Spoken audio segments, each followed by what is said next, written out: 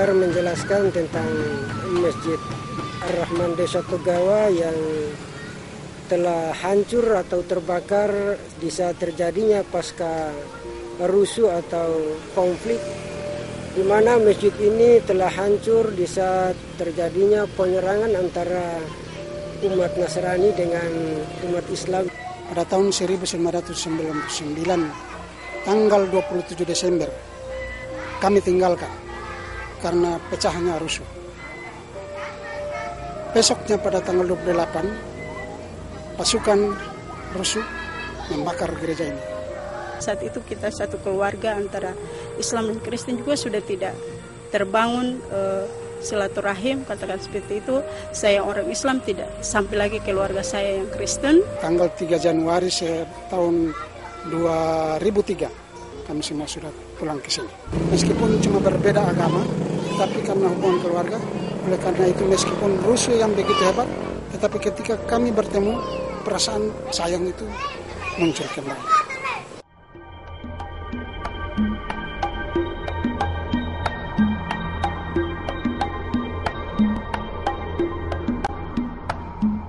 Konflik ini kan ibarat api ya.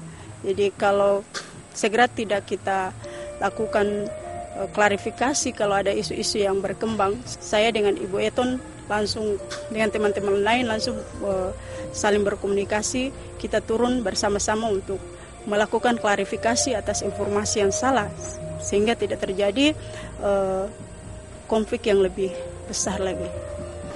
Pada saat kami membangun gereja ini juga, dari saudara-saudara muslim turut bantu.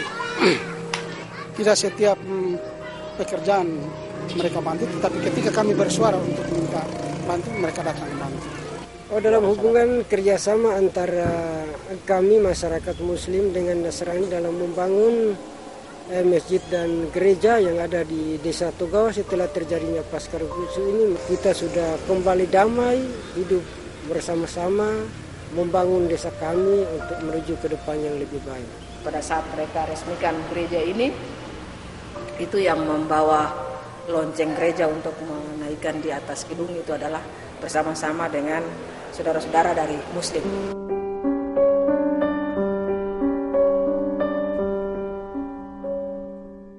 Setelah konflik, bagi teman-teman kami yang Muslim belum memperoleh steknya, dan kami sebagai kelompok yang sudah memiliki vanili membagi steknya untuk mereka tanam. Akhirnya mereka juga memperoleh hasil yang boleh memuaskan. Dari perdamaian ini, kami dari Nasrani sangat sulit untuk mengangkut barang-barang yang ada di kebun kami. Tetapi oleh karena kepedulian yang besar dari saudara-saudara kami yang dari Muslim, mereka bersedia untuk mengangkut barang-barang kami yang dari kebun. Antara kami dan saudara-saudara kami yang Muslim tidak ada masalah lagi.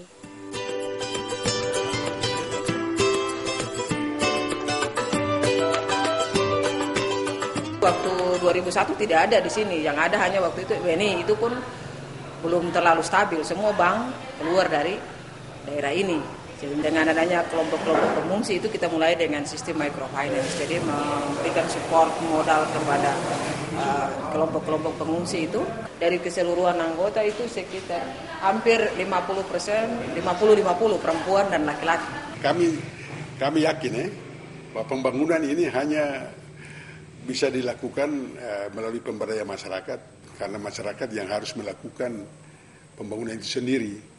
Ibu Eton terlibat di dalam itu semua, Ibu Eton. Kemudian perjuangannya itu sangat kuat karena dia waktunya itu bisa sampai 24 hanya untuk melakukan pekerjaan, melakukan sesuatu, apalagi ke masyarakat. Jadi kalau orang pas ke Ternate, lalu mereka tanya di sana di Halmahera Utara ada organisasi apa, LSM apa gitu, mereka langsung oh Ibu Eton.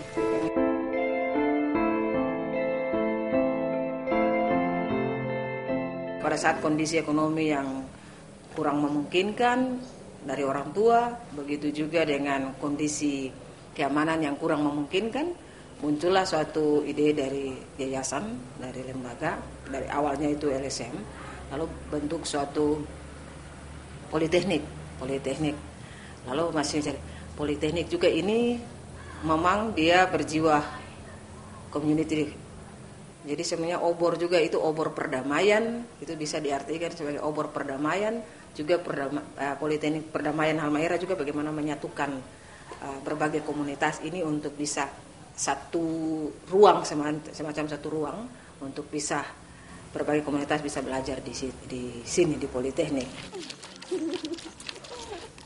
Di tingkat kelas grassroots di masyarakat Halmahera Utara dulunya itu perempuan tempatnya hanya di rumah, kemudian sekarang baru perempuan itu diberikan kesempatan seluas-luasnya untuk mengecang pendidikan, termasuk kemudian melakukan aktivitas yang lain seperti yang dilakukan oleh Ibu Eton.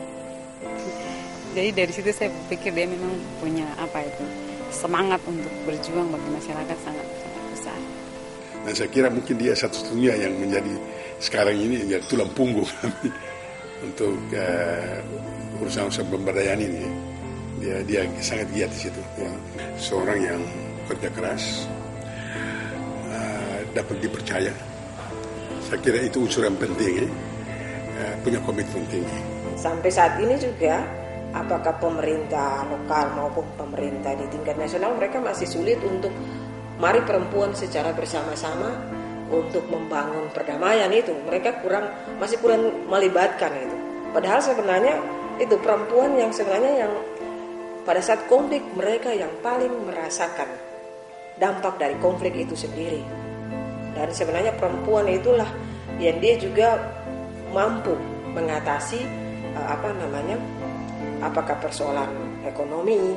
Ini adalah salah satu kemajuan yang sangat luar biasa, khususnya perempuan Halmahera Utara.